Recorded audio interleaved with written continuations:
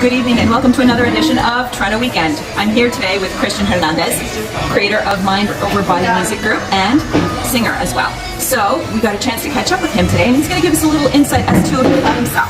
So could you tell our viewers? Thank you for having me. Well, I've been making music ever since I was 14 years old. I've been writing music. I was always a shy kid. I was a really shy kid. I was always nervous to get in front of people. And yeah, so on and so forth. I actually started making music when I was 19. I ended up making music with one of my best friends, Ricky. And yeah, we ended up making music. It was music on and off, more or less. So it was like, yeah, we'd have hits. We'd have so many songs on there. We used to make so many songs on there. And they were always on SoundCloud. I actually found my old SoundCloud recently. So yeah, there's a bunch of old songs on there. Maybe I could probably recreate them, or anything like that. But yeah, we did that. It was on and off, and you know, girlfriends happen, life happens, work happens, stuff like that. And not till recently, maybe I was about 3 or 4 years ago is when we made MOBMG. We got a bunch of people together. It's at the moment it's an all Salvadorian group. Because everyone is either family or you're just friends with Salvadorian people in there. Not to say that we only want Salvadorian people in that group. I mean, I would love to have anybody in the group. But at the moment, I feel like everyone's in their own little field at the moment, and I just thought that shouldn't stop me from making this track. Right. Yeah. So. Nice. That sounds interesting. So could you tell me, when did you form Mind Over Body Music Group, and how did it come to fruition? What was the process of that? So the process. Okay, so we used to have a group called. Well, when we first started making music, me and Ricky used to. It was. I've always had the nickname Jefe and Jefe, and but way back then he would go by the name Cuchito. Yes. Because he was such a Salvadorian kid. Then he changed his name. We met somebody that wanted to sign him to a little group of younger performers and so forth.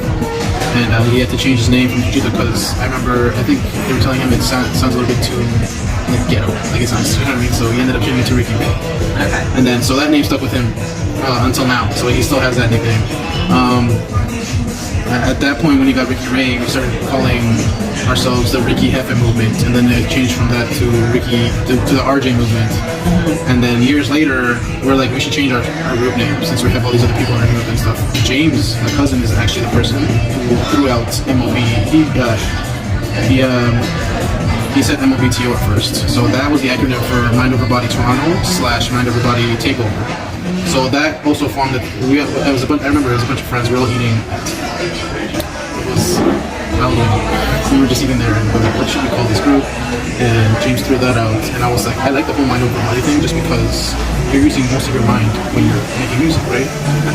So we went with MOBTO for a while. We did a couple shirts, just to see what it looks like on shirts and stuff like that. And then we did MOBMG to make it look more professional, because MOBMG stands for Mind Over Body Music Group.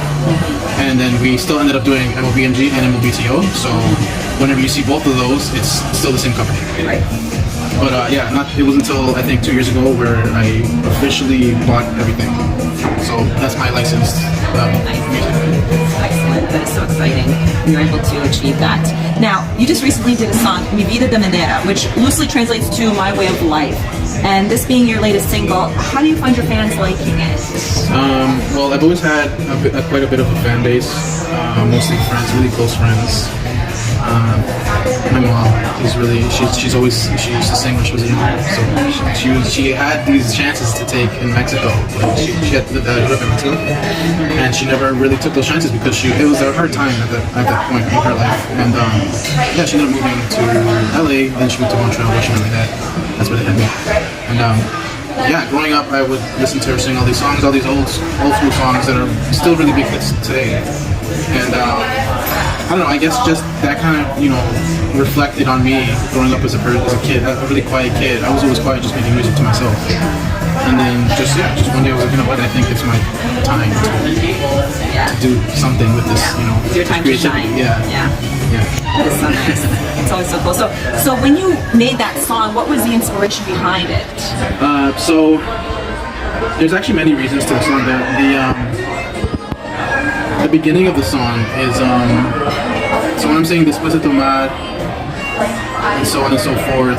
I kind of made it start off like, okay, you're coming from a party where you're drunk or where you're just hungover, but there's some days where you just want to keep working.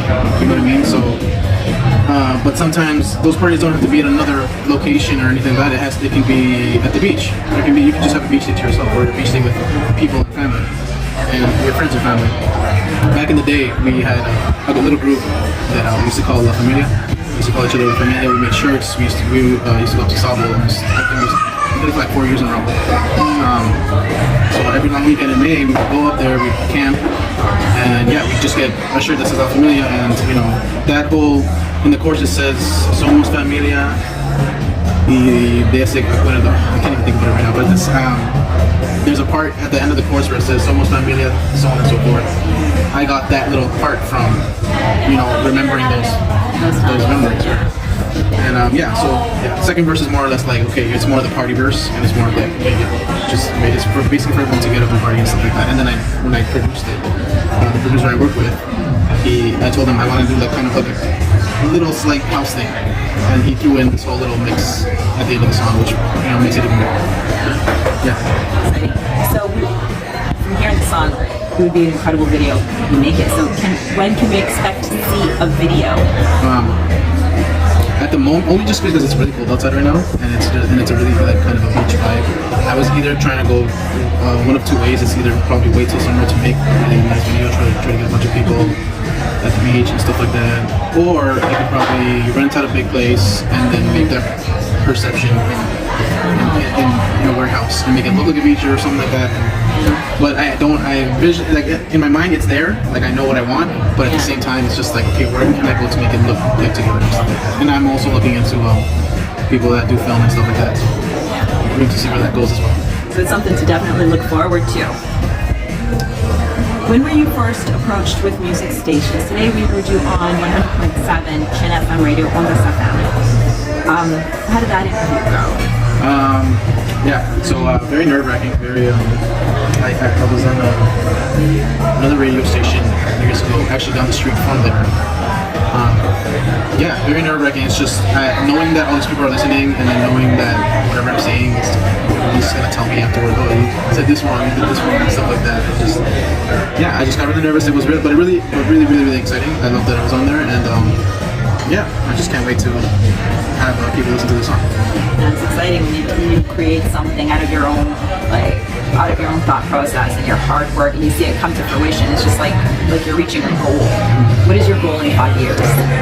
My goal in 5 years, hopefully MOBMG is a bit bigger. I was actually looking into getting some sort of like a home, give it a home. And, my original idea was to have a studio and to have a photography and film studio as well. So, because when I first made MOBMG, when we first made it together, that's when Ricky made Scenery Studios, and that's when Manny made Once Maple, and those were supposed to be the three main pillars of this whole thing.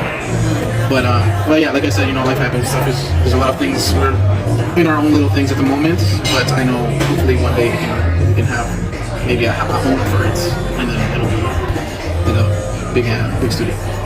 That's my main goal, and just to keep making more music and hopefully have more bigger fan base and so on and so forth. Well, you keep working hard. Your fan base is going to be very, very huge. Where would you like to have your studio? One is Toronto, just because Toronto is just a big city, and I've been going to a place called Objects.